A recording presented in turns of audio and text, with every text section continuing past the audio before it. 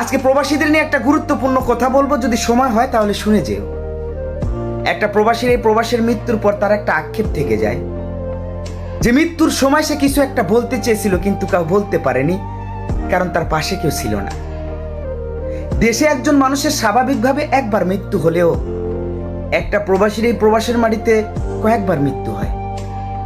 দেশে একজন মানুষের মৃত্যুর পর তাকে 10 ঘন্টা বা 8 ঘন্টা 12 ঘন্টার ভিতরে তাকে দাফন করে দেওয়া হয়, অথচ একটা প্রবাসীর এই প্রবাসীর মাটিতে মৃত্যুর পর তাকে 15 দিন 20 দিন বা 1 মাস 6 মাসও থাকা লাগতে পারে।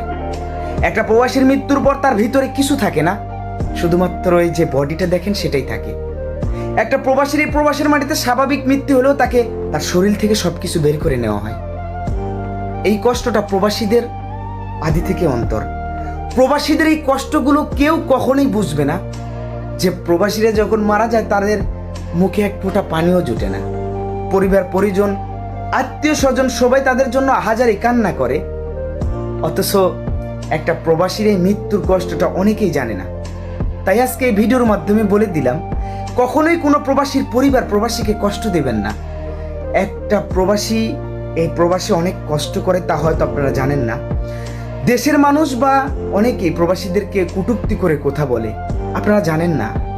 একটা প্রবাসীর মনে কষ্ট দিবেন, প্রবাসীদের সেই দুঃখের কষ্টগুলো বলার মতো জায়গা থাকে না। প্রবাসীরা অনেক কিছুই বলে, সেগুলো মন থেকে না। সত্যিকার অর্থে দেশের যদি একটা পাখিও এই প্রবাসের মাটিতে দেখা যায়, মনটায় চায় যে ওই পাখির পা ধরে চুমো করি, কারণ ওইটা তো আমাদের দেশের পাখি। প্রবাসীদের জন্য সবাই দোয়া করবেন, ভালো থাকবেন। আল্লাহ হাফেজ।